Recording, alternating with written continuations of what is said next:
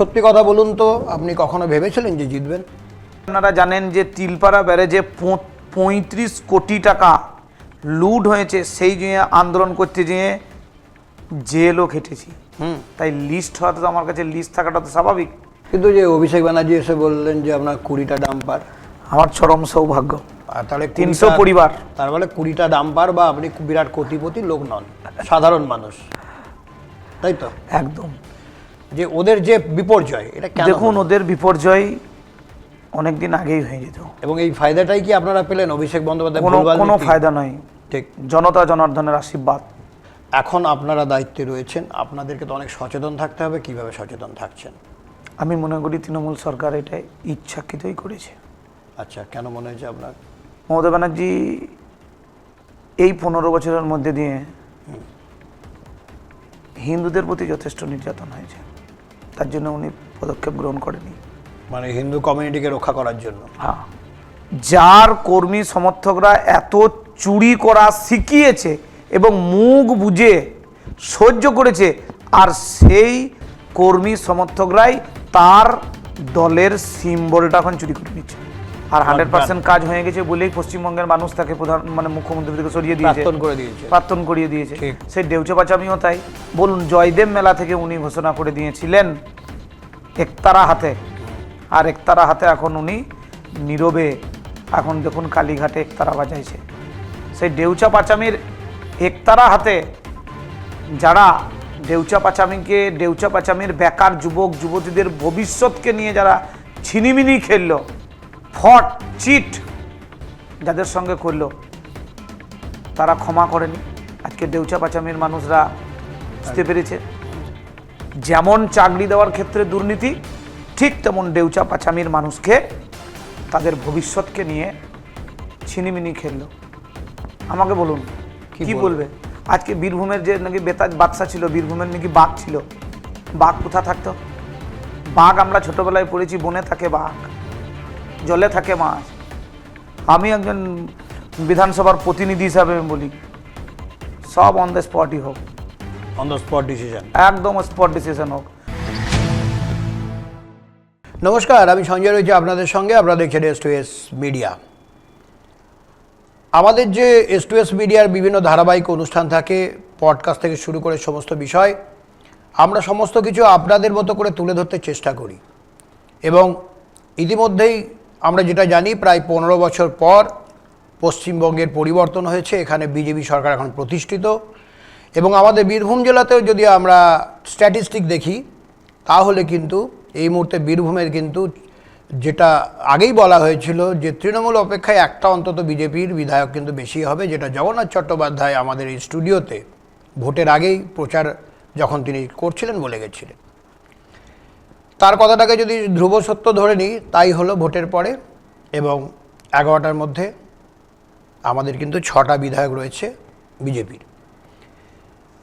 তো এরই পরম্পরায় এই মুহূর্তে আমাদের স্টুডিওতে আজকে হাজির আমাদের সাঁইথিয়া বিধানসভার বিধায়ক কৃষ্ণকান্ত সাহা।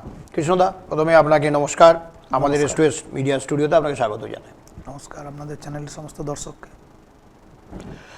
কৃষ্ণদা আমাদের সঙ্গে রয়েছেন এবং সাঁইথিয়ার বিধায়ক, তিনি প্রত্যেক মুহূর্তে কাজ করছেন। সাঁইথিয়ার মানুষের ওনার প্রতি আস্থা বিশ্বাস রেখে তাকে জিতিয়েছেন।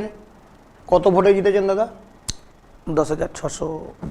10,600 ভোটে তিনি কিন্তু 306 উনি যথারীতি জিতেছেন। এবং সাঁইথিয়ার এই মুহূর্তে তিনি দায়িত্ব সামলাচ্ছেন। বিজেপির সমস্ত কর্মকর্তা থেকে শুরু করে কাজ, প্রত্যেক মুহূর্তে মানুষের পরিষেবা যেগুলো উনি ভোটের প্রচারে রেখেছিলেন, সেগুলো তিনি দেওয়ার চেষ্টা করছেন এবং মানুষের সঙ্গে ডে টু ডে কমিউনিকেশানে রয়েছেন। আমরা দেখতেই পাচ্ছি বিভিন্ন যে ওনার কর্মপদ্ধতি, সেগুলো আমরা সোশ্যাল মিডিয়া থেকে শুরু করে নিউজে দেখতেই পাচ্ছি।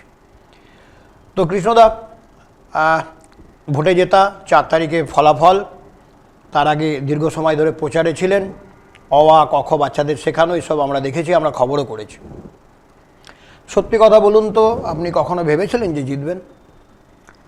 মানুষের ওপর আমার আস্থা ভরসা ছিল যে মানুষ নিশ্চয়ই ভারতীয় জনতা পার্টিকে দুহাত তুলে আশীর্বাদ করবে, এই বিশ্বাসটুকু আমার সাঁইথিয়া বিধানসভার মানুষের ওপর আস্থা ছিল।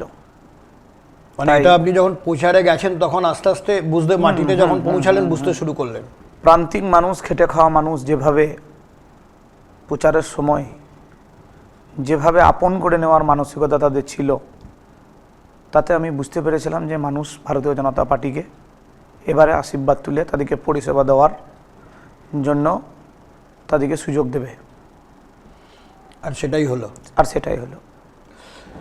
এখন তো আপনার কাছে প্রচুর দায়িত্ব এবং সেবা কেন্দ্রের কালকে উদ্বোধন করলেন আপনি, দেখলাম, আরও বিধায়করাও ছিলেন। তো এই যে সেবা কেন্দ্র, সেবা মনোভাব, আমরা অন্য সরকারের কিন্তু এই শব্দগুলো শুনিনি, কিন্তু বিজেপির ক্ষেত্রে একটা অন্যরকম বিষয়, সেখানে পরিষেবা থেকে তারা সেবা নামে বিশেষভাবে প্রচলিত। এই সেবা কেন্দ্র কালকে উদ্বোধন করলেন, এর উদ্দেশ্য কি? আমাদের মূল মন্ত্র হয়েছে সেবাই সংগঠন। ঠিক। সেবার মাধ্যমেই আমাদের সংগঠনের মূল ভিত, এবং সবকা সাথ সবকা বিকাশ, জাতি ধর্ম বর্ণ নির্বিশেষে সকল মানুষের সেবা করাই আমাদের মূল মন্ত্র। তাই একদিকে ভারতীয় জনতা পার্টির সৈনিক, আর তারপর জনতা জনার্দন আমাদেরকে ভোটে জিতিয়ে রায় দিয়েছে, তাই সেই হিসাবে সেবা করার সুযোগ হয়েছে। ঠিক। তাই সেবা কেন্দ্র খুলে যাতে মানুষের কাছে, মানে মানুষ বেশি করে যাতে বিগত দিনে কি হতো, মানুষ একজন বিধায়কের কাছে যেতে সংকোচ বোধ করত। একটা প্রান্তিক খেটে খাওয়া মানুষ, তা সেই জায়গায় আজকে আমি দেখতে পাচ্ছি একটা ক্লাস 7-এর ছাত্রী, 8-এর ছাত্রী, তাকে রাস্তায় কেউ যদি কোনো কটু কথা বা টন্ডিং করে, সে কথাও সে বিধায়ককে সরাসরি বলছে। এটাই আমাদের চরম প্রাপ্য, এটাই আমাদের প্রাপ্তি। এবং এটাই আপনি চেয়েছিলেন যে সরাসরি বলুক। আমরা আগে আমাদের ছোটবেলায় বিশেষ করে 9-10 পড়েছি, বিধায়ক কি জিনিস, বিধায়ক স্কুলে আসে, বিধায়ক যে স্কুলে এসে বা খবর নেয়, এমপি যে, এই বিষয় আমরা জানতাম না। আজ আমার খুব ভালো লাগছে, সাঁইথিয়া বিধানসভা একটা তপশিলি কেন্দ্র, সেখানকার ছাত্রছাত্রী, যুব, কৃষক, সাধারণ মানুষ যথেষ্ট তারা এখন সক্রিয়। আমার মনে হয়েছে এটাই আমাদের কাছে বড় প্রাপ্তি। আপনার সম্পর্কে আমরা খুব বেশি কিছু জানি না, আপনার যদি একটু, আপনি কোথায় পড়াশোনা করেছেন, ছোট কোথায় বড় হওয়া, একটু যদি পরিবার সম্পর্কে আমরা জানতে পারতাম। দেখুন, আমি ছোটবেলায় ডেউচা জামমুনি আদিবাসী স্কুলে বাবার হাত ধরে স্কুলে যাওয়া আমার শুরু। সেখান থেকেই প্রাইমারি স্কুল পাস করি। তারপর আমরা ডেউচা হাই স্কুল, যে ডেউচা আজকে বিশ্বের মানে এশিয়ার দ্বিতীয় বৃহত্তম কয়লা খনি, কয়লা ব্লক, সেই ডেউচা হাই স্কুলে আমি আমার উচ্চ মাধ্যমিক পর্যন্ত পড়াশোনা করি। তারপর কলেজ, মানে গ্রামের স্কুলে, প্রাইমারি থেকে বীরভূম মহাবিদ্যালয়, বর্ধমান ইউনিভার্সিটি পড়াশোনা, এইটুকুই। আর যেহেতু পূর্বপুরুষ থেকেই সেই জায়গায় আমাদের বিষয় সম্পত্তি ছিল, আমার দাদুদের সম্পত্তি অনেকই ছিল, কিন্তু দাদু এক সময় আমাদের মানে ব্রেনের সমস্যার জন্য তার কাছ থেকে অনেক জমি জায়গা অনেকে লিখে নেয়, যার ফলে আমাদের আর্থিক দুর্গতি একটা টাইমে আমাদের ব্যাপক পরিমাণে ছিল। এখনও আমাদের পূর্বপুরুষদের যদি দেখা যায়, ডেউচা পাচামি এলাকায় যে জমি যে বিষয়, তার বেশিরভাগই মানে আমাদের সুঁড়ি, মানে সাহা ফ্যামিলিরই। সে যাই হোক, কিন্তু 10ম শ্রেণী 9ম শ্রেণী থেকেই কিন্তু বাবার খাবারের দোকান, সেই খাবারের দোকানে তৎকালীন সময়েও বাবার সঙ্গে সহযোগিতা করা। কিন্তু যে অভিষেক ব্যানার্জি এসে বললেন যে আপনার 20টা ডাম্পার, আমার চরম সৌভাগ্য যে আমার মতন একজন প্রান্তিক পরিবার থেকে উঠে আসা ছেলেকে উনি নাকি ভারত মানে সাধারণ সম্পাদক নাকি উনি সর্বভারতীয় দলের। তা যাই হোক, আমি একজন সর্বভারতীয় দলের আঞ্চলিক সভাপতি। তা উনি যখন আমার নাম করেছেন তখনই আমি আরও ক্লিয়ার হয়ে গেছিলাম যে জনতা জানার জন্য আমাকে অতি অবশ্যই কিন্তু তারা কিন্তু, কারণ মানুষই তো জানে আসল সত্যি। হ্যাঁ আসল সত্যিটা কি। যাই হোক, তো বাবা তো ব্যবসা করেন বললেন, অবশ্যই। আর আপনি কিভাবে চালান জীবন?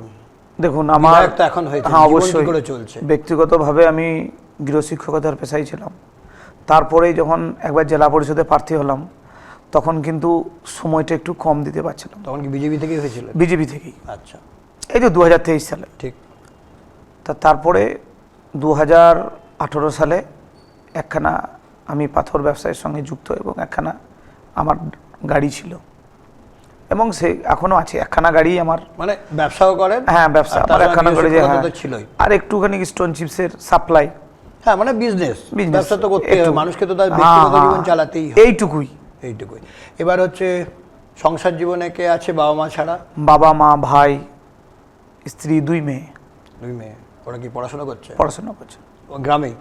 না, ইংলিশ মিডিয়াম স্কুলে পড়াশোনা আচ্ছা, করছে। ওরা কোথায় পড়ছে? আমি 7 মাস আগে সিউড়ির একটা, সিউড়িতেই, হ্যাঁ আগে মানে মোহাম্মদ বাজারে পড়তো, তারপর থেকে ওখানে শেষ হয়ে ইংলিশ মিডিয়াম স্কুলে পড়ে সিউড়িতে পড়ছে। সিউড়িতেই পড়ছে। এই হলো আপনার পরিবারের, এই হলো আমার পরিবার।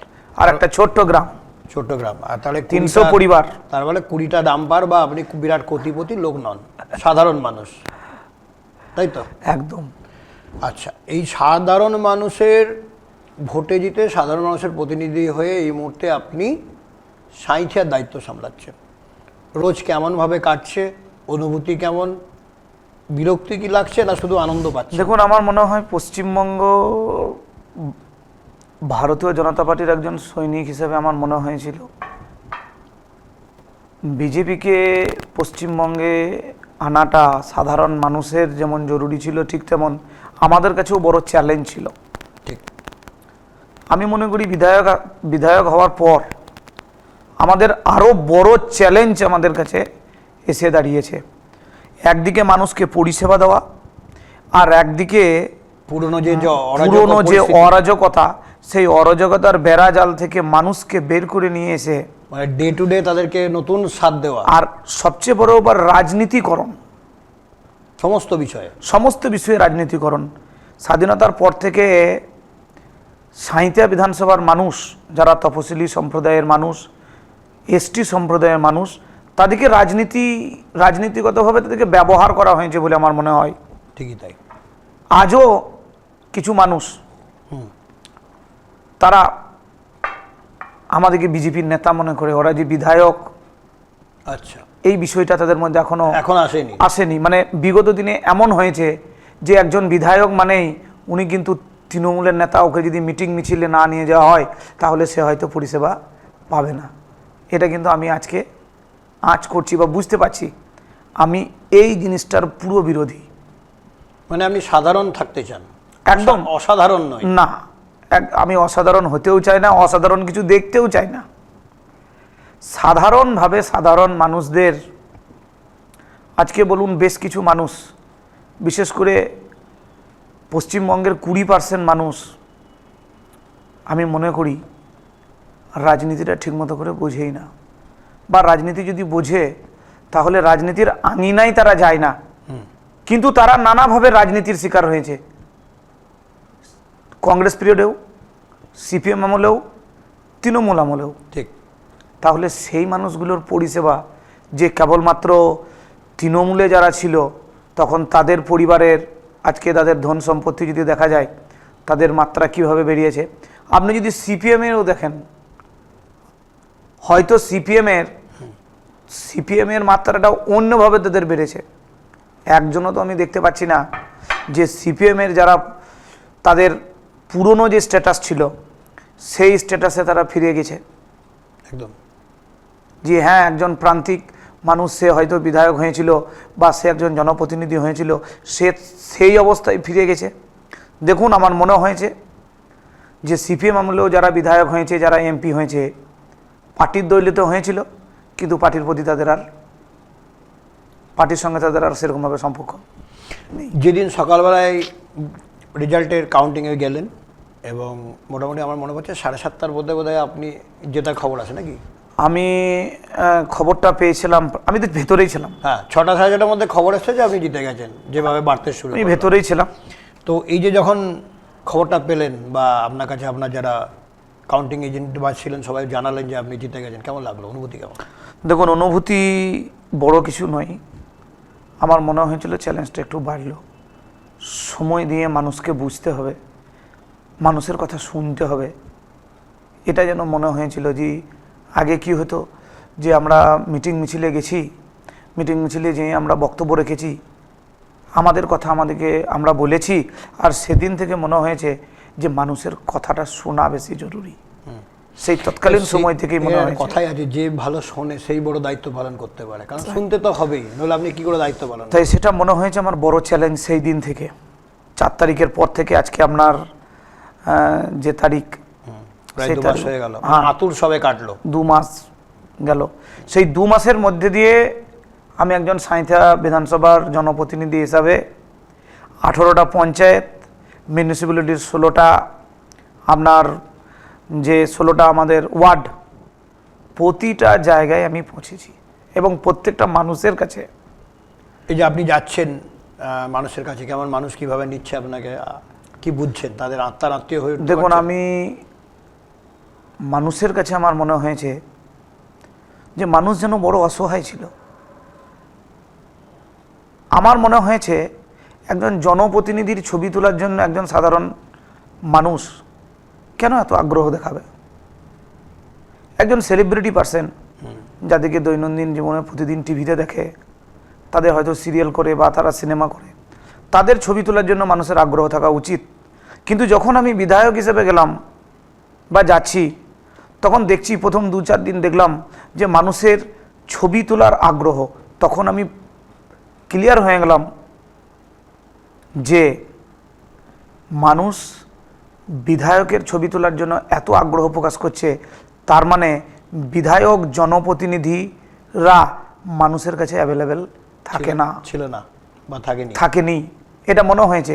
আমার কাছে অনেকে ছবি তুলতে এসেছে, আমি ওনার কাছে মানে নতমস্তকে তাকে প্রণাম করেছি। আমি ঈশ্বরের কাছে প্রার্থনা করি সাঁইথিয়া বিধানসভার 2,41,175টি ভোটারের যেন আমার ছবি তোলার জন্য প্রয়োজন না হয়, যেন তিনি আমাকে অন্ততপক্ষে মানে সশরীরে নেড়ে চেড়ে যেন আমাকে কাজ করার মতন প্রস্তুতির জন্য সে যেন তৈরি করে দেয়। তাই এটা আমাকে খুবই ছবি তোলার ক্ষেত্রে আমার মনে হয়েছে যে একজন ভোটারের 5 বছরের জন্য দায়িত্ব তারা কিন্তু তুলে দেয়। সে ছবি তোলার মধ্যে সীমাবদ্ধ না থেকে দায়িত্ব পালন করাটা বেশি শ্রেয় বলে আমি মনে করি। ওইটাই জরুরি, ওইটাই মানুষ চাই। এই বিষয়টা বিগত ভারতবর্ষের স্বাধীনতার পর থেকে একজন সচেতন নাগরিকের আমি মনে করি যে ইন্টারেস্টটা বেশি জনপ্রতিনিধির ছবি তোলার চেয়ে তার কতটা কাজ সেই জনপ্রতিনিধি সে কতটা আন্তরিকভাবে করতে পারছে সেইটা তার জানা বেশি জরুরি। ঠিক। আচ্ছা, প্রাকৃতিক সম্পদে ভরপুর এই জেলা বীরভূম, এবং এই কথা আগের আমলে অর্থাৎ তৃণমূল সরকারের আমলে কিন্তু আমরা দেখি যে সম্পদ লুট হয়েছে, অর্থাৎ কার্যগত যদি বলা হয় ব্যক্তিগতভাবেই তৃণমূল দলটা বীরভূমকে ব্যবহার করেছে তাদের সম্পদ বাড়ানোর জন্য। এখন আপনারা দায়িত্বে রয়েছেন, আপনাদেরকে তো অনেক সচেতন থাকতে হবে। কিভাবে সচেতন থাকছেন? আমি মনে করি তৃণমূল সরকার এটা ইচ্ছাকৃতই করেছে। আচ্ছা, কেন মনে হয়েছে আপনার? কারণ ওনারা মনে করেছেন ওদের সাংগঠনিক স্ট্রাকচার, ওরা মনে করেছেন যদি মানুষকে যদি লুটতে দেওয়া হয়, মানুষ যদি লুটে খায়, তাহলে হয়তো তৃণমূলের ঝান্ডাটা হয়তো তারা নিয়ে বয়ে বেড়াবে, দীর্ঘদিন তারা থাকবে বা দীর্ঘদিন তারা নিয়ে চলবে, এটা তারা ভেবেছিল। কিন্তু লুটের মাত্রা এমন জায়গায় পৌঁছেছে যে তৃণমূলের বাড়ি তৃণমূলের লুটের জায়গায় পৌঁছে গেছে। যে নে কেড়ে নে, সবারই সম্পত্তি কেড়ে নেবো, অর্থাৎ তৃণমূলের সম্পত্তি, কাঁকড়া রাজত্ব, ঠিক এই পরিস্থিতি নির্মাণ হয়েছে। এই যে মুনাফা, মানে ধরুন এই যে আমি কদিন আগে দেখছিলাম যে স্ট্যাটিস্টিক আসছে যে বীরভূম থেকে এক মাসের যে রেভিনিউ আর্ন হয়েছে সেটা এক বছরের থেকে অনেক বেশি। একদম তাই। এবং জগন্নাথ চট্টোপাধ্যায় এখানে যখন এসে বললেন এবং আপনারা সবাই বৈঠক করলেন যে বীরভূমের রেভিনিউতে আমরা গুরুত্ব দেবো এবং বাড়াবো, তো এই যে এক মাসের যে রেভিনিউ প্রায় 72 কোটি টাকারও বেশি, যেটা বছরে বোঝা আশা করা যায় না। তো এই যে সরকারি যে মুনাফা, যেটা তো সরকার এতদিন লস করলো 15 বছর ধরে, তাই কিছু তো ব্যক্তিগত তৃণমূলের পকেটেই গেল, এটাকে আপনারা কিভাবে দেখছেন? তাই তো এটা আমরা ভালো চোখে দেখছি না। এটা আমাদের হয়তো আমরা রাজনৈতিক দল করি, আর এটাই কি আপনার ভোটে জেতার ক্ষেত্রে একটা ভূমিকা নিয়েছে? এই যে তৃণমূলের এত লুট, এত অত্যাচার বিভিন্ন জায়গায়, এগুলো তো প্রচারে আপনি এটা একটা অন্যতম মাধ্যম। ভারতীয় জনতা পার্টিকে পশ্চিমবঙ্গে মানুষ পরিষেবা তুলে দেওয়ার জন্য এটা একটা বিষয় বটে। তার চেয়েও বড় বিষয় হচ্ছে মমতা ব্যানার্জি এই 15 বছরের মধ্যে দিয়ে হিন্দুদের প্রতি যথেষ্ট নির্যাতন হয়েছে, তার জন্য উনি পদক্ষেপ গ্রহণ করেনি। মানে হিন্দু কমিউনিটিকে রক্ষা করার জন্য, হ্যাঁ, মানে এক পেশে নীতি নিয়ে চলে একদম। যদিও ওনাদেরকে ব্যবহার করেছে, তাদের একটা সমাজকে সে ব্যবহার করেছে, সেই সমাজের মানুষরা আমাকে যদি কোনো স্ট্যাটিস্টিকভাবে দেখিয়ে দেয় যে হ্যাঁ ওই সমাজের উন্নয়ন ঘটেছে, তাদেরকে কেবলমাত্র লাঠি, বোমা, পিস্তল এইসব হিসেবে ব্যবহার করেছে। আর তাদেরকে ব্যবহার করে আর কিছু অনুদান আর হিন্দুদের প্রতি অন্যায়, অত্যাচার, অত্যাচার চলুক, মুখ বুঝে সহ্য করে এমনি ভোট দেবে, আমাকে এমনি ভোট দেবে। এই বিষয়টা উনি মুখ বুঝে সহ্য করার জন্য হিন্দুরা তাকে এখন মুখ বন্ধ করে দিয়েছে, একদম বসিয়ে দিয়েছে, একদম বসিয়ে দিয়েছে। মানে এখন আপনি কিছুদিন রেস্ট নিন, একদম রেস্ট নিন। তো সেই রেস্ট কি নিচ্ছেন? দেখছেন ওনাকে একদম। তাছাড়া দেখলেন ওনার মোমবাতির সাইজটা কত বড়, যার জন্য যখন ওনাকে বিচার চাওয়ার জন্য কামদুনি থেকে পার্ক স্ট্রিট সমস্ত মা বোনদের উপর যখন ধর্ষিতা হয়, যখন বিচার চাইতে গিয়েছে তখন বলেছে ছোট ঘটনা, ঠিক, মহিলাদের শরীর এইসব নিয়ে তার বিভিন্ন তার অঙ্গিভঙ্গি ছিল, ছোট ঘটনা, শরীর থাকলে ধর্ষণ হয়, এই কথাগুলো তার ছিল। মানে মন্তব্যগুলো আলটপকা করা, এর কত বড় এফেক্ট হতে পারে। আজকে আপনি দেখুন, আজকের বিষয়টা ওনাকে লক্ষ্য করুন যে ওনার পরিস্থিতিটা কোন জায়গায়। মানুষ ওনাকে নিয়ে বিগত দিনেও ঠাট্টা তামাশা করেছে, ঠিক, আজও উনি ঠাট্টা তামাশার পাত্র।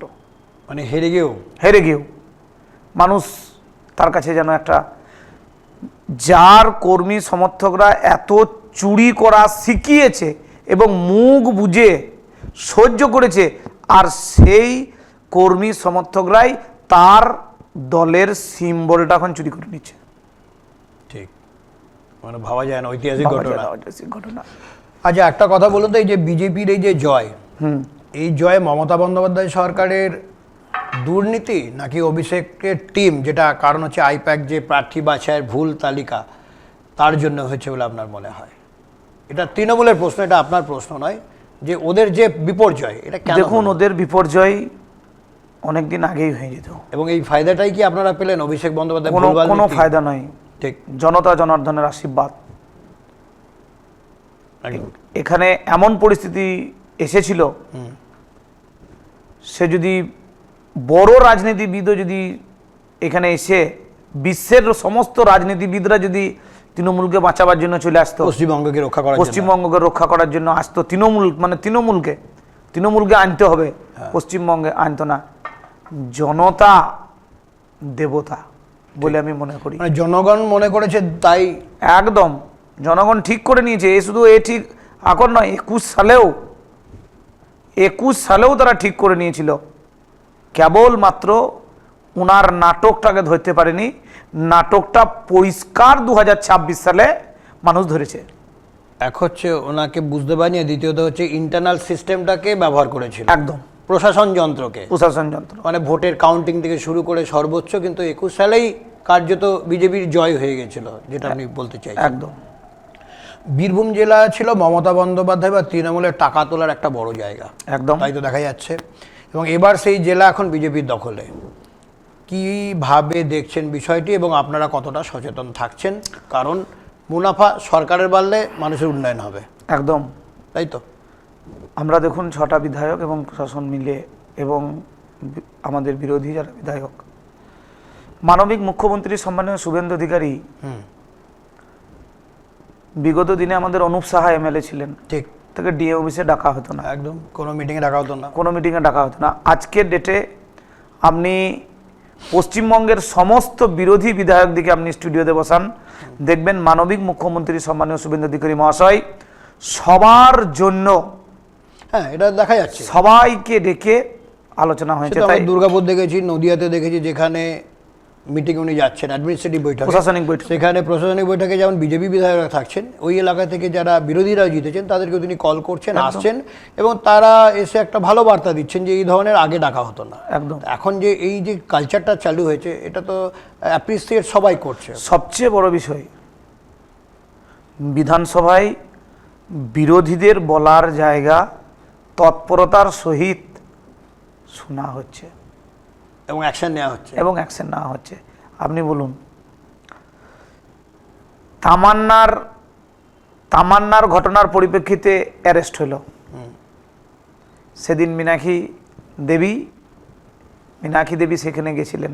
বলুন কেমন ভাবে মানবিক মুখ্যমন্ত্রী শুভেন্দু অধিকারী সবার জন্য কাজ করছেন এবং খুব কুইক অ্যাকশন, মানে 2 মাস প্রায় হলো, কিন্তু এতগুলো অ্যাকশন এবং এতগুলো এবং কি যত প্রতিশ্রুতি দেওয়া হয়েছিল, প্রতিশ্রুতি তো নয়, যে আমাদের ইস্তেহারে যেটা বলা হয়েছিল সব এক এক করে দেখুন, সবগুলো সেগুলো 2 মাসের মধ্যে, মাত্র বয়স 2 মাসও হয়নি বিধানসভা, এবং আপনাদের তো বাজেট পেশ হওয়ার পর 2 মাসও হয়। রাজ্য সরকারি কর্মচারী তো খুব খুশি যে 20% একদম হঠাৎ স্বাভাবিক বাড়ানো হলো এবং পুজো থেকে শুধু 20% নয়, আগামী দিনে যেটা বলা হয়েছিল 38% সেটাই হবে, সেই দিকে এগোচ্ছে সরকার।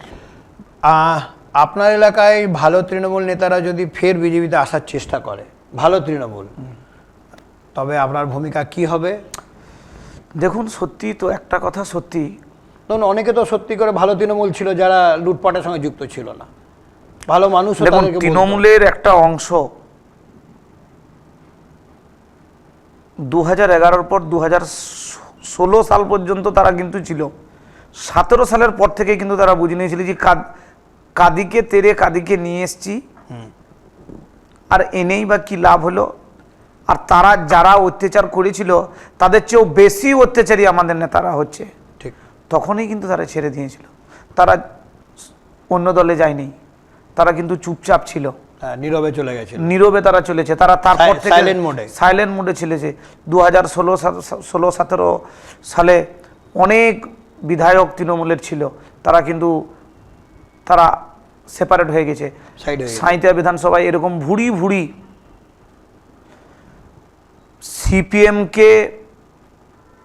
সিপিএমকে সরিয়ে দিয়ে সিপিএম যাতে চলে যায় তার জন্য বহু আন্দোলন।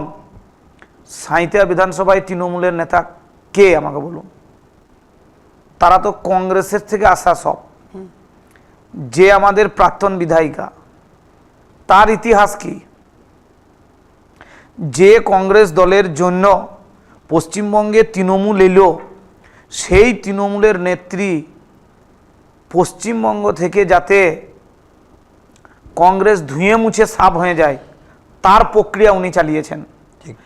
ঠিক তেমনি সাঁইথিয়া বিধানসভায় আপনি বলুন, তৃণমূলের তৎকালীন সময়ে মমতা ব্যানার্জির তৈরি করা তৃণমূলের সঙ্গে কারা ছিল সাঁইথিয়া বিধানসভায় বলুন?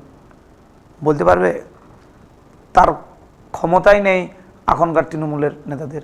তারা সিপিএম থেকে চুরি করা বেশ কিছু ডাকাত চোর, সিপিএম থেকে আসা ডাকাত চোররা তৃণমূলে এসেছে। আর কংগ্রেসের আমলে একটা পরিবার, আপনাকে আমি বলছি সাঁইথিয়ায়, সেই পরিবারের নাম করে আমি আর তাদের অ্যাডভান্টেজ দিতে চাইছি না। কংগ্রেস পিরিয়ডে তারা রাজত্ব চালাইতো, সিপিএম পিরিয়ডে তারা তাদের পায়ে হাতে ধরে রাজ চালিয়েছে। আবার তারা চাইছিল যে কি না, আমরা এই করব ওই করব, হতে দিই নাই। দায়িত্ব নিয়ে বলছি।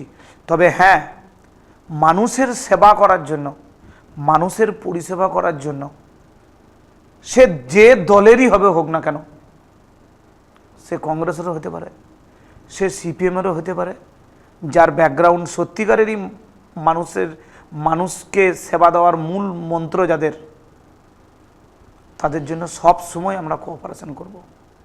ঠিক। মমতা বন্দ্যোপাধ্যায় বলতেন যে ডেউচা পাচামিতে শিল্প গড়া হয়ে গেছে। আপনি তো এই এলাকার মানুষ, শিল্প কি গড়া হয়ে গেছে না এখনো বাকি আছে? উনার তো সবসময় বলেন যে আমার 100% কাজ ওয়ার্ক হয়ে গেছে, আর 100% কাজ হয়ে গেছে বলেই পশ্চিমবঙ্গের মানুষ তাকে মুখ্যমন্ত্রী থেকে সরিয়ে দিয়েছে, প্রাক্তন করিয়ে দিয়েছে। সেই ডেউচা পাচামিও তাই।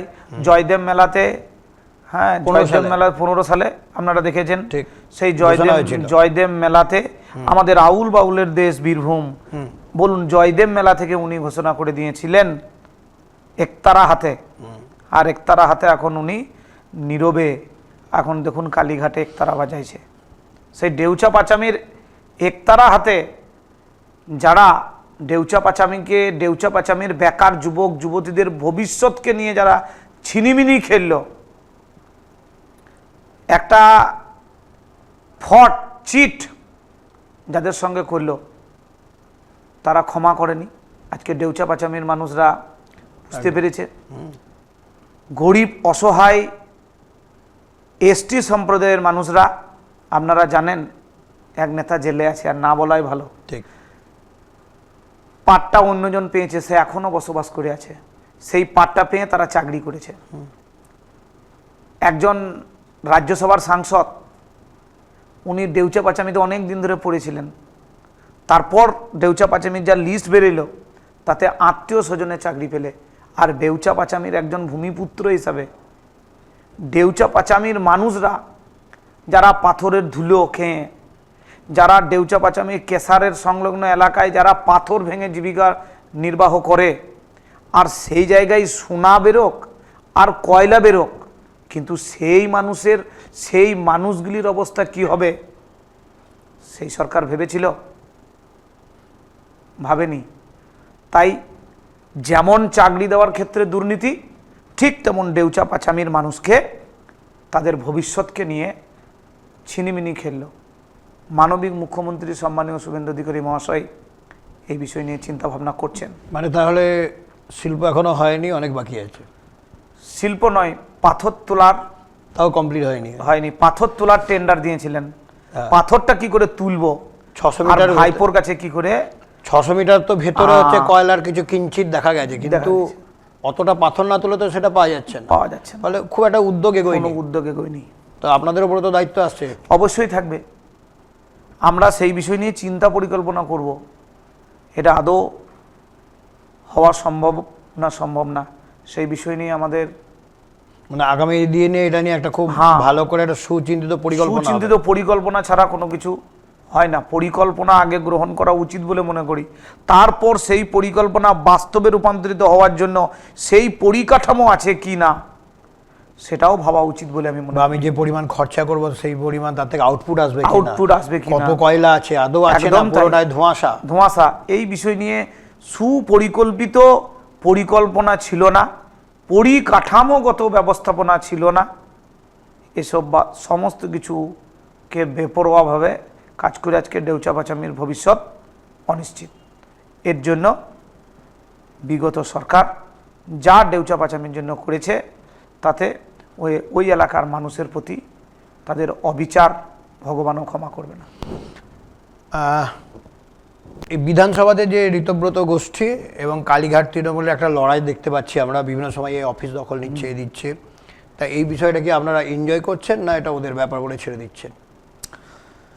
দেখুন, এনজয় নয় সেটা বড় ব্যাপার নয়, কারণ পশ্চিমবঙ্গের মানুষের কাছে চেয়েও গুরুত্বপূর্ণ আমি মনে করি অনেক কাজ বাকি আছে, যে পশ্চিমবঙ্গের এই বিধানসভা সবচেয়ে বড় ঐতিহাসিক বিধানসভার জায়গা, এবং ওটা আমার কাছে মন্দির সমতুল্য, কারণ পশ্চিমবঙ্গের সমস্ত মানুষের ভবিষ্যৎ ওখান থেকে ঠিক হয়। দেশের পার্লামেন্ট এখান থেকে ঠিক। যেদিন প্রথম গেছি, কেমন লাগলো, প্রণাম করেও গেছি, অনুভূতি কেমন যখন ঢুকছেন? অবশ্যই মন্দিরে গেলে যেমন অনুভূতি হয় বা ঈশ্বরের কাছে প্রার্থনা যেমন হয়, সেই প্রার্থনা করেই গেছি। তা সেই জায়গাটা অবশ্যই হাসি তামাশার জায়গা এখন তৃণমূল দলের হচ্ছে। আমি তো মনে করি এদের বিরুদ্ধে এদের বিরুদ্ধে উপযুক্ত ব্যবস্থা নেওয়া উচিত বলে মনে করি আমি। এটা কাম্য নয়, ভারতীয় রাজনীতিতে এটা কাম্য নয়। ঠিক। ভারতীয় রাজনীতিতে এই অসভ্যতা ভাবা যায় না। আগামী প্রজন্ম রাজনীতি যারা রাষ্ট্রবিজ্ঞানের ছাত্র তারা কি শিখবে? এটা তো কালচার হয়ে দাঁড়াবে আগামী দিনের কোনো রাজনীতির ক্ষেত্রে।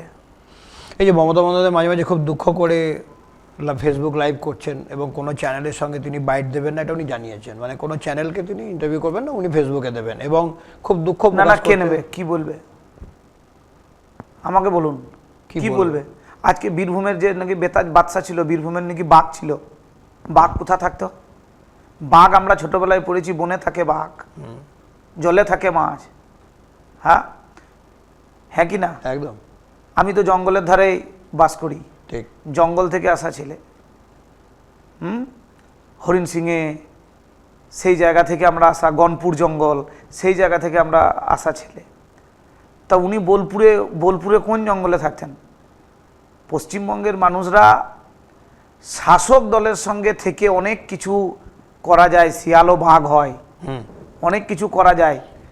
ঠিক তেমন মমতা ব্যানার্জিকে আজকে মিডিয়া কভারেজ দেবে কেন, আমার প্রশ্নটা এটা। ঠিক। কি আউটপুট ওনার কাছ থেকে পাবে পশ্চিমবঙ্গের মানুষ, যে পশ্চিমবঙ্গের মানুষরা তার কাছ থেকে তার জন্য তাদের ভবিষ্যৎ অনিশ্চিত করে দিয়েছে। আজকে আমাদের মতন মানে যারা বেকার যুবক, ছাড়ুন রাজনীতি, আজকে হয়তো রাজনীতিতে এসেছি, কিন্তু আমাদের মতন সেরকম, আমি আগে প্রথম একজন নাগরিক, গৃহশিক্ষকতার পেশায় জীবনের স্বপ্ন ছিল একজন শিক্ষক হওয়ার। স্কুল সার্ভিস কমিশন পাস করেছি, টেটে কোয়ালিফাইড হয়েছি, বিএড করেছি, তারপরেও চাকরি নেই। তারপরেও আমি হয়তো চাকরির মেধা প্রমাণ করতে পারি নাই, এটা সত্য। কিন্তু আমার মতন বহু MA বিএড করে তারা তাদের মেধা প্রমাণ করেছে, তবুও তারা চাকরি পায়নি, এবং চাকরি করেও তাদের চাকরি বাতিল। তাহলে বলুন মানে কেন তাকে মিডিয়া কভারেজ দেবে? 26,000 চাকরি চুরি। যে মিডিয়া, আপনি বলুন মিডিয়ার লোকরা তার আমলে কিভাবে মার খেয়েছে? আপনাদের মতন রিপোর্টারদের রক্ত ঝরেছে, তাহলে ওকে কভারেজ দেবে কেন? উনি তো বুঝে নিয়েছেন যে ওকে কেউ কভারেজ দেবে না, সেই জন্য ওনার এই যে দুঃখ করে করে বলছেন যে আমি যাদেরকে মানুষ করলাম, যাদেরকে এত খাওয়ালাম, তারাই আজকে আমাকে সব ছেড়ে চলে যায়। ঠিক আছে, তোমরা যাচ্ছ যাও। এই যে দুঃখ প্রকাশ, এটাকে কেমন লাগছে আপনার? ক্ষোভ বা কষ্ট বা দুঃখ? উনি নিজেই তো মানে কংগ্রেসে একই করে একই জিনিসই করে এসেছেন, বেরিয়ে এসেছেন। কারণ মির্জাফরটা তো উনি ওই দেখানো পদই সবাই করবে, সেটাই তো বড়দেরকে তো ছোট অনুসরণ। আমি তো এইটাই বললাম যে আজকে যেমন বলছেন বিধানসভায়, এটা ভারতীয় রাজনীতিতে আমি কাম্য নয় বলে মনে করি। আমার তুচ্ছ, আমি একজন ভূগোল রাষ্ট্রবিজ্ঞানের ছাত্র হিসেবে মনে করি এটা কোনোদিনই কাম্য নয়, যে অসভ্যতা চলছে। মুখ্যমন্ত্রী বলছেন যে নেতাদের টাকা পয়সার হিসেব হবে, মানে আমাদের মুখ্যমন্ত্রী বর্তমানে শুভেন্দু অধিকারী বারবারই বলছেন যে সমস্ত নেতারা প্রচুর কামিয়েছে তাদের টাকা পয়সার হিসেব হবে এবং সবার উপযুক্ত যে আইনের শাস্তি আছে তার ব্যবস্থা করা হবে এবং বেশি থাকলে তা বাজেয়াপ্ত করে মানুষের মধ্যে বিলিয়ে দেওয়া হবে। ঠিক আছে, তো এই যে মুখ্যমন্ত্রীর যে ভাবনা, একটা সৎ ভাবনা, এটাকে আপনি কিভাবে দেখছেন? একদম, তাকে আমি নত মস্তকে প্রণাম জানাই মুখ্যমন্ত্রীকে, যে ওনার চিন্তা ভাবনাকে আমি সাধুবাদ জানাই। কারণ যে টাকা বেশি সে তো মানুষের কাছ থেকে তুলে নেওয়া হয়েছে। বিধানসভাতে এই নিয়ে আলোচিত হয়েছে, বিধানসভার কোনো একজন বিধায়ক বলেছে যে পশ্চিমবঙ্গের যা ঋণ আছে, তৃণমূলের নেতা এবং কিছু CPM এর নেতা এবং কংগ্রেসের কিছু নেতার বাড়িতে যদি সার্চ করা হয় এবং তাদের সম্পত্তি কিভাবে বেড়েছে তার বয়ান যদি ঠিকঠাক করে যদি দেখা হয়, তাহলে পশ্চিমবঙ্গের ঋণ থাকবে না। কেন বোঝা বহন করবে নেতাদের জন্য সাধারণ মানুষরা? ঠিক, কেন গ্রহণ করবে এরকম? এটা আমিও মনে করি। কিসের জন্য? মানে এটা খুব ভালো সিদ্ধান্ত বা ভাবনা একটা। একদম, আমি আছি। আচ্ছা, আপনাকে যদি আপনাকে সাধারণভাবে পরিবার থেকে উঠে এসেছেন একজন মানুষ, আপনি কি আপনার বিধানসভা এলাকায় সেরকম কোনো লিস্ট করছেন যারা এরকম দুর্নীতির সঙ্গে যুক্ত? মানে ধরুন বিধায়ক হওয়ার অনেক আগেই আমার কাছে লিস্ট আছে, চলে এসছে, এবং সেই লিস্ট ধরে ধরে BDO অফিসে ধর্না, DM অফিসে ধর্না, এবং যে দুর্নীতি হয়েছে আপনারা জানেন যে তিলপাড়া ব্যারেজে 35 কোটি টাকা লুট হয়েছে, সেই যে আন্দোলন করতে যেয়ে জেলও খেটেছি। তাই লিস্ট হওয়াতে তো আমার কাছে লিস্ট থাকাটা তো স্বাভাবিক। সেই লিস্ট ধরে কি অ্যাকশন শুরু হয়েছে না হবে? অবশ্যই শুরু হয়েছে, দেখুন শুরু হয়েছে। বেশ কিছু নেতা যারা জানে ভালোভাবে ঘর ছাড়া, হ্যাঁ, ঠিক। আর কারো কারো ডিম থেরাপি চলছে, আপনারা দেখেছেন। আচ্ছা, এই ডিম থেরাপি কালচারটাকে আপনি কিভাবে দেখেন? এটা কি দেখুন, হওয়া আমি উচিত আমি নয় মনে কিনা? করি এটা কি স্বতঃস্ফূর্ত একটা এই প্রকাশ? ডিম থেরাপি কালচার ভারতীয় জনতা পার্টির নয়। ঠিক। ভারতীয় জনতা পার্টি একটা আদর্শগত দল, নীতি আদর্শের ওপর ভিত্তি করে এই দল আছে। আমাদের কাছে দেশ আগে, আমাদের কাছে মানুষ আগে, তারপরে পার্টি। কিন্তু একটা জিনিস চিন্তা করুন, মানুষ যেভাবে জ্বালা যন্ত্রণা বহন করে নিয়ে চলছে, সেই জ্বালা যন্ত্রণা শোনার লোকও ছিল না। সেই জ্বালা যন্ত্রণা এবং ব্যথা কিভাবে বহিঃপ্রকাশ করবে আপনি বলুন তো? তারই এটা স্বতঃস্ফূর্ত বহিঃপ্রকাশ। এটা তো কেবলমাত্র ডিম থেরাপি। ভারতীয় জনতা পার্টি মানে এতে রক্ত ধরছে না, কিন্তু অসম্মানে লাগছে। জি, খুব সুন্দর ট্রিটমেন্ট। কি হতো আজকে আপনি বলুন। আমি হ্যাঁ, কিছুদিন যদি আগে তৃণমূল দেখলাম যদি জিতে যদি যেত, ঠিক। আজকে কোর্টে তৃণমূল যদি আসতো, আমি দায়িত্ব নিয়ে বলছি, তৃণমূলের বেশ কিছু মানুষ মার খেত। তৃণমূলের গোষ্ঠীদ্বন্দ্বের শিকার এ বি টিম, এ টিমের বি টিমের রক্ত ঝরত, বি টিম এ টিমের রক্ত ঝরত, অর্থাৎ পশ্চিমবঙ্গ রক্তের মধ্য দিয়ে যেত। আজকে দেখুন বিধানসভায় কি অবস্থা। আজকে মমতা ব্যানার্জি, ঋতব্রত কি অবস্থা দেখুন, অভিষেক ব্যানার্জি কি অবস্থা দেখুন। বাড়ি থেকে বেরোতেই পারছে না। তাহলে বলুন, তাহলে তারা যদি বিধানসভায় আসতো, কিন্তু কেউ কিন্তু মারধর করেনি, কোনো অ্যাটাক করেনি, কিছু করেনি, তাহলে সেই দল যদি জোর করে তারা পশ্চিমবঙ্গে চলে আসতো, কি পরিণতি হতো? পাবলিকের কাছে যদি আজকে কোর্ট চত্বরে কেউ যাচ্ছে, পুলিশ ধরে নিয়ে যাচ্ছে, ডিম থেরাপি হচ্ছে, তাহলে আপনি চিন্তা করুন তো, একবার স্বতঃস্ফূর্তভাবে সেই নেতারা যদি পাবলিকের কাছে যায়, পাবলিক কি চুরবে? আমরা করজোড়ে নিবেদন করছি সাধারণ মানুষের কাছে যে এই কালচার থেকে আপনারা বিরত থাকুন। ওনারা অন্যায় করেছে, ওনারা ভুল করেছে। পুলিশ প্রশাসন আপনারা ভারতীয় জনতা পার্টিকে আশীর্বাদ দিয়ে নিয়ে এসছেন। আমাদের উপর আস্থা রাখুন, ভরসা রাখুন। যারা চুরি করেছে, ডাকাতি করেছে, প্রমাণ হলে তার জন্য আইনত ব্যবস্থা নেওয়ার জন্য আমরা আপ্রাণ চেষ্টা করব। ঠিক, এবং এটা জরুরি। নিজের হাতে আইন না তুলে নেওয়াই ভালো। ঠিক। আপনার বাবা আনন্দমোহন? আমার বাবার নাম আনন্দমোহন নয়, আনন্দ সাহা। আনন্দ সাহা। তো বাবা তো আপনার ওই এলাকায়, যেটা বললেন প্রথমেই বললেন যে উনি ওই এলাকায় এখনো ছোটখাটো ব্যবসা করেন, তো বাবার এই কাজে আপনি কখনো হাত বাড়ানোর সময় পান? মাধ্যমিকে পরীক্ষা দেওয়ার পর 11-এ ভর্তি হওয়ার সময় বেশ কিছু গ্যাপ থাকে, সময় থাকে অনেকটা সময় থাকে। সেই টাইমে আমি 2002 সালে মাধ্যমিক দিয়েছি। একদম 2000 সালে বন্যা। সেই 2000 সালে যখন ব্রিজ ভেঙে গেছিল, রাস্তার সাইডে চলে গেছিল, খাবারের দোকান, বাবার সঙ্গে হাতে হাত লাগিয়ে বড় হয়েছি। 2002 বাবার সঙ্গে হাত মিলিয়েছি, সকালে বাবার সঙ্গে খাবারের দোকানে কাজ, বাবার সঙ্গে সহযোগিতা করেছি। এবং বাবার পাথরেরও ব্যবসা ছিল, লরি ট্রাক ছিল। তারপরেও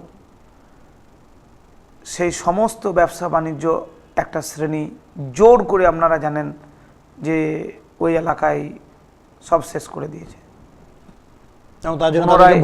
হ্যাঁ, সেই ব্যবসার প্রতি আস্থাশীল আমরা। আমাদের বংশ পরম্পরায় জেঠা নটকনের দোকান করে, 2 জেঠা নটকনের দোকান করে।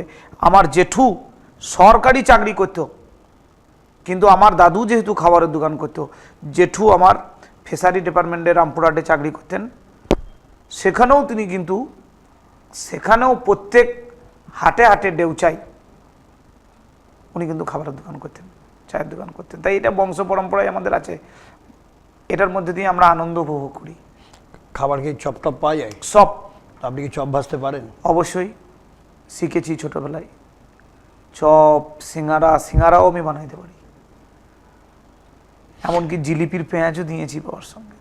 আচ্ছা, এই যে বাবা এখনও কষ্ট করে কাজ করছেন, এটা আপনি তার ডিউটি নিশ্চয়ই করছেন, কিন্তু মাঝে মাঝে মনে হয় যে না বাবা আর করার দরকার নেই, আমি তো একটু বড় হয়েছি, মনে করেছি, মনে করি, কিন্তু আবার অন্যভাবে বাবাকে কষ্ট দেওয়া হবে বলে অনেক সময় কষ্ট পেয়েছি, বাবাকে অনেক সময় বলেওছি যে এটা না করলেই হয়, কিন্তু বাবা বলেছে না, শরীরটাকে ঠিক রাখতে হবে, সচল এবং থাকাটা মানুষের সঙ্গে মানুষের সঙ্গে সরাসরি একটা অন্যতম মাধ্যম, কারণ এটা প্রয়োজন বলে সেও মনে করে।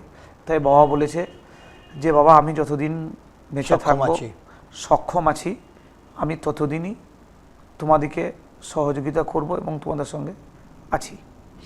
হ্যাঁ, সাঁইথিয়া শহরের সৌন্দর্যনের লক্ষ্যে পুরসভার তৎপরতা, বীরভূম লোকসভা কেন্দ্রের শতাব্দী রায়ের কিছু ভূমিকা ওখানে দেখা গেছিল, কিন্তু সেগুলো খুব একটা উল্লেখযোগ্য না, কিছু টাওয়ার ইত্যাদি। সেই ঘড়িগুলো কি এখন চলছে দেখছেন গিয়ে, না বন্ধ হয়ে গেছে সব? ঘড়িও বন্ধ হয়ে গেছে, আর ওনাদের হাতের ঘড়িও চলে না, উন্নয়ন স্তব্ধ।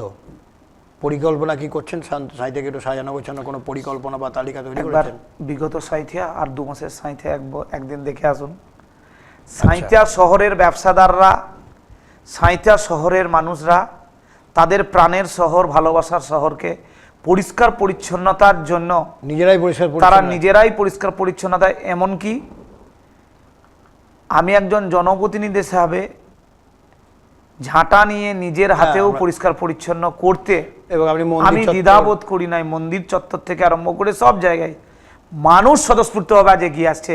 আপনি দোকানের দিকে যান, দেখুন সে নিজের পরিষ্কার পরিচ্ছন্ন করছে। তারা বলেছিল, আমি যখন প্রথম যাই আমি করজোরে নিবেদন করেছি যে আপনার শহর প্রাণের শহর, ভালোবাসার শহর, আমাদের শহর, এই শহরকে পরিষ্কার পরিচ্ছন্নতা রাখা আমাদের জরুরি।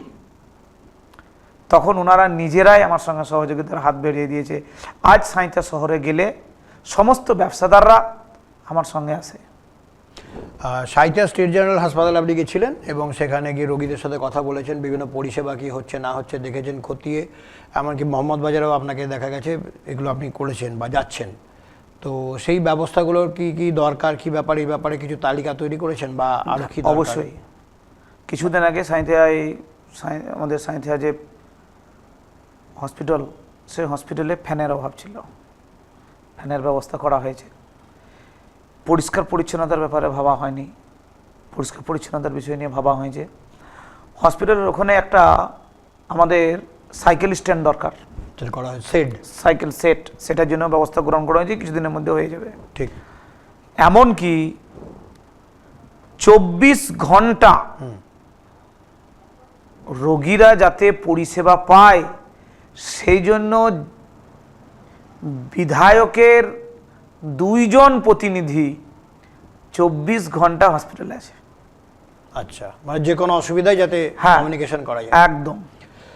আমি একটা জিনিস দেখেছিলাম, ভোটের পরপর সাঁইথিয়ায় বিজেপি কর্মীদের উপরে হামলা হয়েছিল, অনেকে আহত হয়েছে, অনেক মহিলা কান্নাকাটি করছিল। তো সেই জায়গায় দাঁড়িয়ে যেটা হলো যে আপনি সমস্ত কর্মীদের কাছে ছুটে গেছিলেন তখনও, তো এই যে বারবার যে ঘটনাগুলো ঘটছে তারপরে আপনি পাশে থাকার বার্তাও দিয়েছেন, এখন কিন্তু এই ঘটনাগুলো আর ঘটছে না। সেই সমস্ত তৃণমূল কর্মীদের ওপরে কি আপনারা পাল্টা অ্যাকশনের কথা ভেবেছেন কখনো, যে এই মানুষগুলোকে এরা কাঁদিয়েছিল, না আপনারা তার থেকে সরে গেছেন, না ওরা ভুল করেছে বলে আমরা করব না? তাদের বিষয়ে অতি অবশ্যই স্টেপ নেওয়া হবে, কারণ জনগণ, একটা অংশ জনগণ কিন্তু আমাদেরকে তাদের প্রতি যাতে স্টেপ নেওয়া হয়। সত্যি তো তাই। আজকে আমরা বাজেট পেশ করেছি, পশ্চিমবঙ্গের জনমুখী বাজেট করেছেন সম্মানীয় অর্থমন্ত্রী এবং মুখ্যমন্ত্রী। প্রায় 4.5 লক্ষ কোটি টাকা বাজেট হয়েছে আনুমানিক। আপনি বলুন, বিগত সরকার যে বাজেটের টাকা আছে জনগণের করের টাকায়, সেই বাজেটের টাকা যারা লুট করেছে, তাহলে সেই টাকা কোথায় গেল? সেই টাকা আদৌ জনগণের সেবার জন্য কাজে লেগেছে কি না, সেটা দেখা একজন জনপ্রতিনিধির কাজ এবং দায়িত্ব বলে আমি মনে করি। তাই সেটা অবশ্যই দেখা হবে, দেখব। আর সেই জন্য বেশ কিছু জায়গায় আরটিআইও করা হয়েছে। আমি পৌরসভায় আরটিআই করেছিলাম। ঠিক। একটা ইতিমধ্যে অডিও বা ভিডিও মুখ্যমন্ত্রী শুভেন্দু অধিকারী বারবার ভাইরাল হচ্ছে বারুইপুর ঘটনার পর, যে একটা সভা থেকে মুখ্যমন্ত্রী মহিলাদের উদ্দেশ্যে জানাচ্ছেন, যদি আপনাদের সঙ্গে কোনো ঘটনা ঘটে তো এরকম যারা ঘটনাকারী তাকে সকালবেলা নেবো, বিকালে খরচা করে দেবো বলেছেন। আমরা শুনেছি, সবাই শুনেছি। তো বারুইপুরে যে ঘটনা ঘটলো, এখানে একটি মেয়ে হয় এবং তাকে করা হয়, তার মধ্যে দেখা গেল চারজনকে ধরা হয়েছে এবং একজন যখন পুলিশের কাছ থেকে যখন স্পট ভেরিফিকেশন করা হচ্ছিল, মানে পুনর্গঠন করা হচ্ছিল, সেই সময় পালাতে যায় এবং পুলিশের গুলিতে মারা গেছে। তো এই যে এনকাউন্টার, অর্থাৎ বিকালে নেবো সন্ধ্যাবেলা খরচা করে দেবো, এই কালচারটাকে আপনি কীভাবে দেখছেন? কালচারটা যদি সত্যিকারের সরাসরিভাবে যদি প্রশাসন মনে করেন যে হ্যাঁ এর যথেষ্ট প্রমাণ রয়েছে, তাহলে অযথা এবং অনেকে এটাকে কটাক্ষ করে ইউপি 2 বলছে, মানে ইউপিতে এই ধরনের ঘটনা আমরা যোগী আদিত্যনাথের ওখানে প্রায় শুনতে পাই। ইউপি বা অন্য স্টেটের সঙ্গে নয়, পশ্চিমবঙ্গ ভারতবর্ষের স্বাধীনতার সময় থেকে, পশ্চিমবঙ্গের স্বাধীনতা থেকে আরম্ভ করে সব কিছু পশ্চিমবঙ্গ আগে। আমাদের কথাই আছে যে, এবং একটা ইনপুট আপনাকে দিই, সাধারণ মানুষ যারা, তারা কিন্তু এই ঘটনাটাকে যথেষ্ট ভালো চোখেই দেখছেন। কোথাও কিন্তু সেভাবে সাধারণ মানুষের কাছে কটাক্ষ আসছে না যে এই যে আউট বা ইয়েতে মারা যাওয়া, সবাই ভালো বোঝে না, এটা ঠিক আছে না। আমার কথাটা হচ্ছে পুলিশ প্রশাসন এবং প্রশাসনের কাছে যদি যথেষ্ট প্রমাণ থাকে তাহলে সে ব্যবস্থা নিতে দোষ কোথা? ঠিক। এমনই তো কোর্টে অনেক Pending কেস cases পড়ে আছে, পেন্ডিং পড়ে আছে, আবার অযথা বাড়ানো কি দরকার? এমনও তো বহু মানুষ, আজকে আপনি সিউড়িতে যান, দেখবেন যে বটগাছের নিচে সকাল থেকে সন্ধ্যে পর্যন্ত প্রতিদিন এসে কথা আছে না, তারিখ পে তারিখ। হ্যাঁ, তাহলে কি দরকার আছে? আমি একজন বিধানসভার প্রতিনিধি হিসাবে আমি বলি, সব অন দ্য স্পটই হোক, অন দ্য স্পট ডিসিশন, একদম স্পট ডিসিশন হোক। অত সময় দেওয়া যাবে না। আজকে তো সবই দেখেছেন 50 ওভারের খেলা তো উঠেই গেছে, সব তো T20 খেলা। একদম হোক, মানুষের তো সময় নাই, মানুষের তো সময় নেই। আজকে আপনিই বলুন, মানুষ আজকে এবং আপনি চলমান মানুষ, ফেসবুকেও বড় বড় ভিডিও, রিলসের প্রতি মানুষ আগ্রহ, রিলসের প্রতি আগ্রহ আছে। তাহলে আজকে কোর্টেও কেন মানুষ এতদিন সময় চাইবে? ঠিক, অন দ্য স্পট বিচার হোক, আর বিচার প্রমাণ সাপেক্ষে অবশ্যই।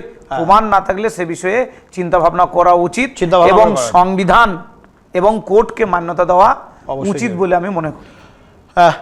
লক্ষ্মীর ভাণ্ডার প্রায় 2,40,00,000 বা তার কিছু বেশি মানুষ পেতেন মহিলারা, তো সেটা এখন আমরা দেখছি প্রায় 1,32,00,000 ছাড়া হলো, আর মানে প্রায় 1.5 কোটি মতো ভেরিফিকেশান হয়েছে। যাদের কিছু ইস্যু ছিল সেগুলো ক্লিয়ার হতে শুরু করেছে, অনেকেই পাচ্ছে। কিছু জায়গায় ক্ষোভ হচ্ছে, কিন্তু পরবর্তীকালে যখন আবার ইওর অ্যাপ্লিকেশান আন্ডার প্রসেস যখন দেখছে, তারা খুশিও হচ্ছে। ওইটা ছিল 1.5, এটা 3, প্রায় টাকার পরিমাণ ডবল। তো এই যে কিছু কিছু জায়গায় যখন অন্নপূর্ণা ভাণ্ডারের ফর্ম জমা দিয়েও পাইনি, ক্ষোভ আসছে, আপনাদের কাছেও আসছে, কিভাবে এগুলোকে মেটাচ্ছেন? দেখুন, প্রান্তিক মানুষরা তাদের কাগজপত্র নিয়ে অতটা কিন্তু তারা সচেতন নয়। আজকেই আমি অবিনাশপুরে জনতার দরবারে ছিলাম। আচ্ছা, প্রায় 500-র অধিক মহিলার সঙ্গে বসে বৈঠক করলাম এই বিষয়ে। আচ্ছা, তাদের যে সমস্যা, সেই সমস্যার বিষয়গুলোকে আমি তুলে ধরলাম। যেমন আমি 2টি সমস্যার বিষয় তুলে ধরি। দেখুন, বিগত দিনে লক্ষ্মীর ভাণ্ডারে টাকা ঢুকেছে পুরুষের অ্যাকাউন্টে। হ্যাঁ, পুরুষ লক্ষ্মীর অ্যাকাউন্টে। কোনো মানুষের ডাবল অ্যাকাউন্ট আছে,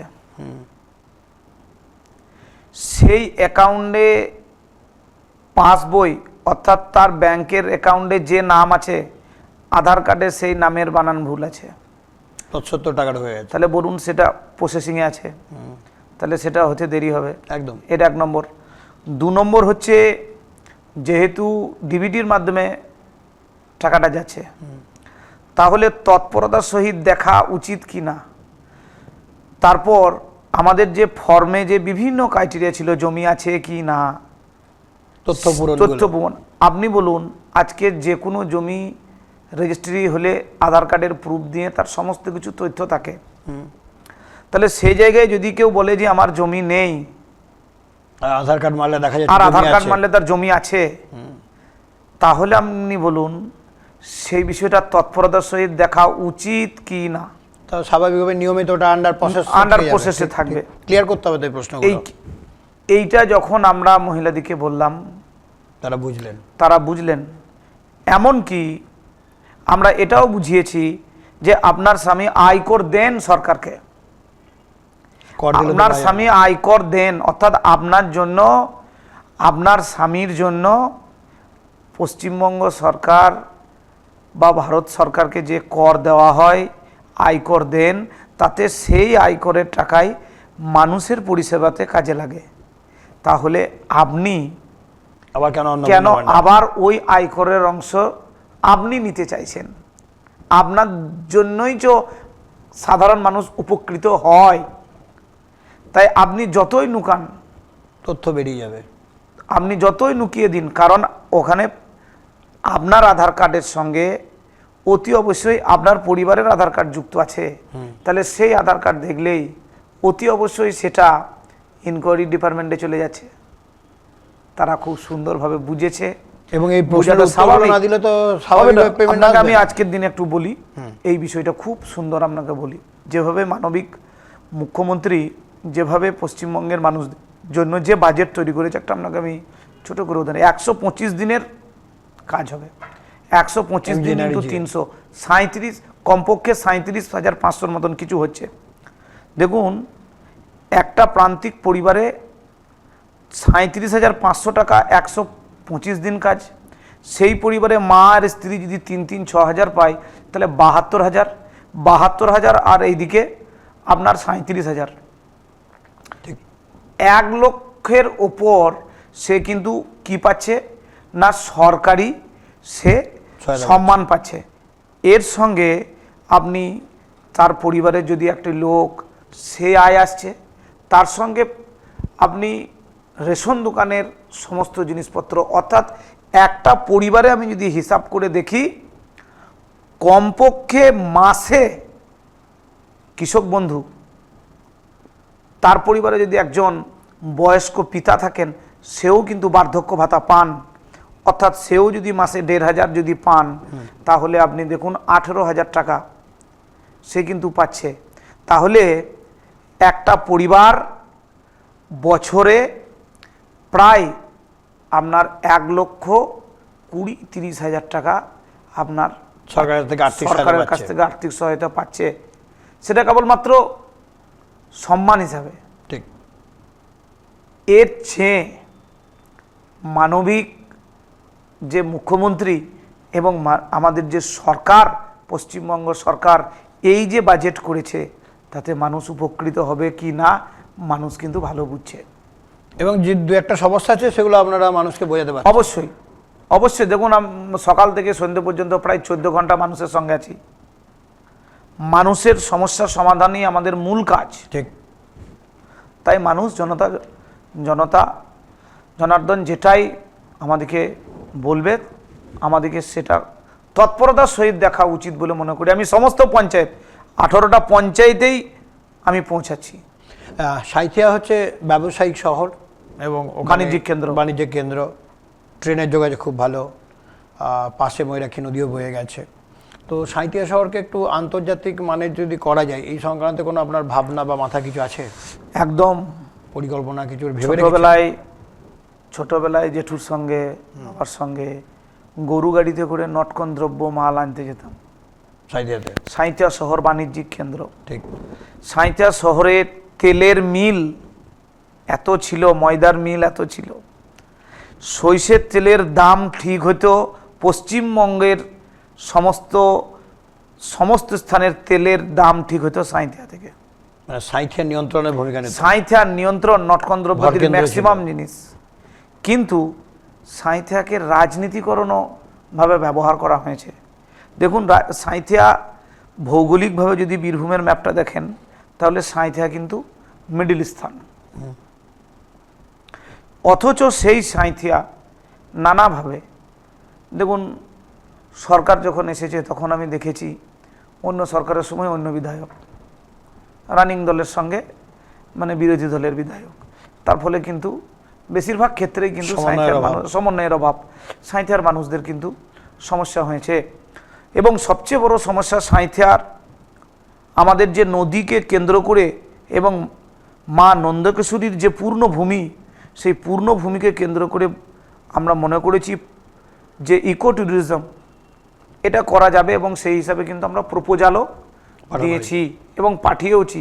আগামী দিনে আমরা আশাবাদী, ঈশ্বরের কাছে প্রার্থনাও করি আমরা যে এটা যেন অতি অবশ্যই আমরা বাস্তবে রূপ দিতে পারি।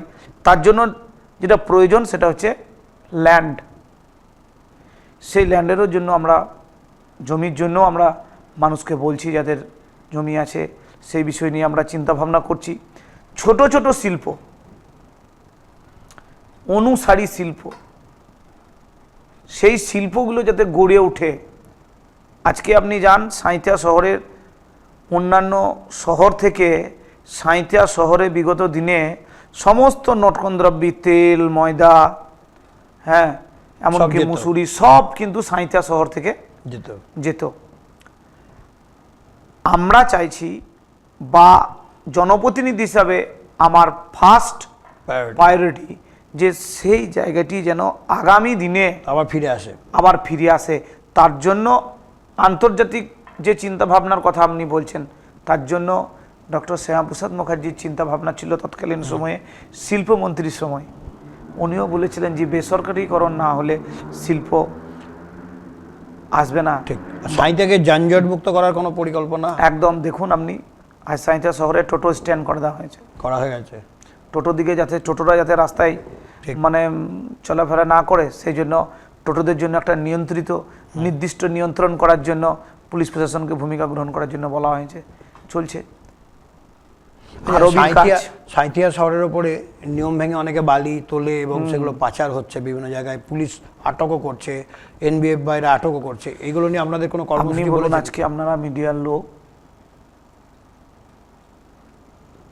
বিগত দিনে পুলিশ টাকা তুলছে গাড়ি থেকে, ছবি দেখেছেন? আমি লাস্ট 2 মাসে দেখিনি যে তারা রাস্তায় দাঁড়িয়ে আছে কিন্তু হাত বাড়াচ্ছে না। দুটো ছবি আপনারা দেখান।